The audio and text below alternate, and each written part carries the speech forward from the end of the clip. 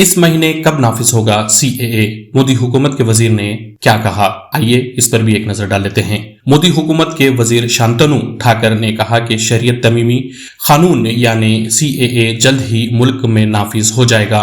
انہوں نے کہا کہ جو لوگ اس قانون کی مخالفت کر رہے ہیں وہ سیاسی وجوہات کی بنا پر ایسا کر رہے ہیں۔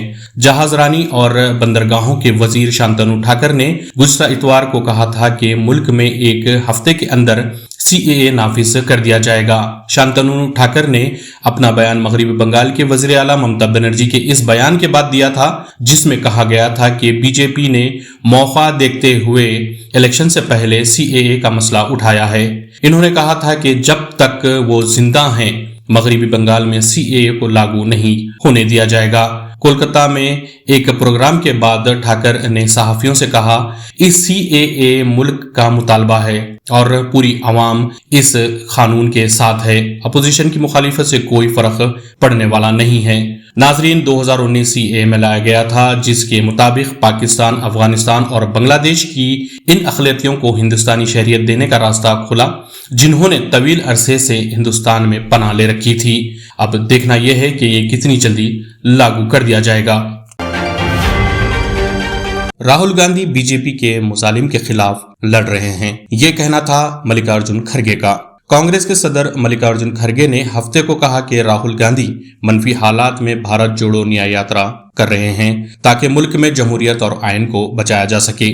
اگر یہ جدوجہد ناکام ہو جاتی ہے تو مودی حکومت کے دور میں لوگوں کو کافی پریشانیوں کا سامنا کرنا پڑ سکتا ہے۔ کانگریس کی طرف سے کھڑگے نے راہل گاندھی کا شکریہ ادا کیا کہ ان کی یاترا کے انعقاد کا فیصلہ پارٹی کے ایک لیڈر نے لیا ہے۔ یہ اب تک کا سب سے بڑا قدم ہے۔ انہوں نے کہا کہ راہل نوجوانوں، خواتین، کسانوں اور غریبوں کے لیے انصاف کا مطالبہ کر رہے ہیں۔ نامساعد حالات اور سردی کے باوجود یہ سفر کر رہے ہیں۔ وہ BJP حکومت کے مظالم کے خلاف لڑ رہے ہیں۔ مشرقی دہلی میں نیائے سنکلپ سمیلن میں کھڑگے نے لوگوں سے کہا کہ اگر آپ کانگریس کا ساتھ دینے میں ناکام رہتے ہیں تو آپ مودی کے غلام بن جائیں گے۔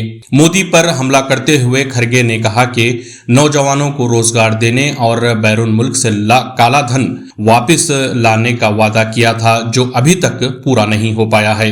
انہوں نے کہا کہ مودی ان دنوں نئے وعدے کر رہے ہیں۔ مودی کی کیا گارنٹی ہے؟ اس کا مطلب یہ ہے کہ وہ وعدہ پورا نہیں ہو سکتا اور صرف عوام کو بیوقوف بنایا جا رہا ہے۔ یہ الفاظ تھے ملکارجن کھڑگے کے جو کانگریس کے صدر ہیں۔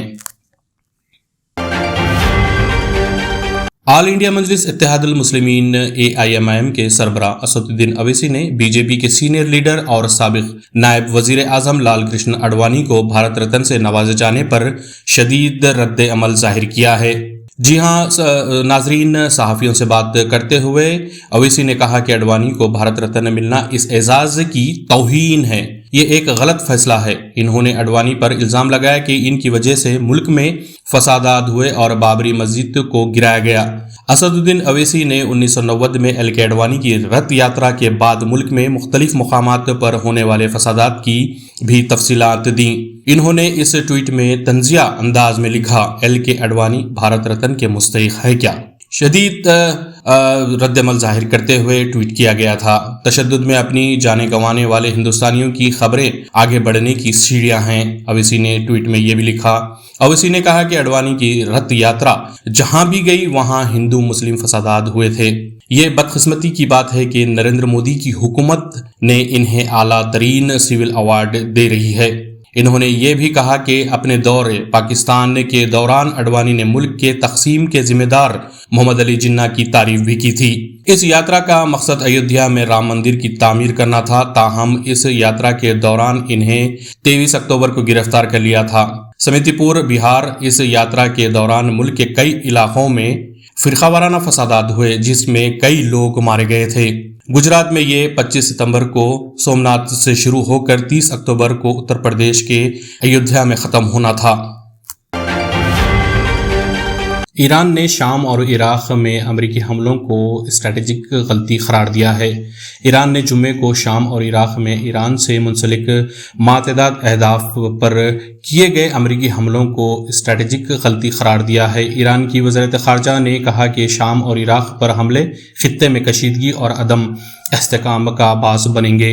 اس سے قبل عراق نے بھی کہا تھا کہ امریکی حملے خطے میں تباہ کن نتائج لے کر آئیں گے۔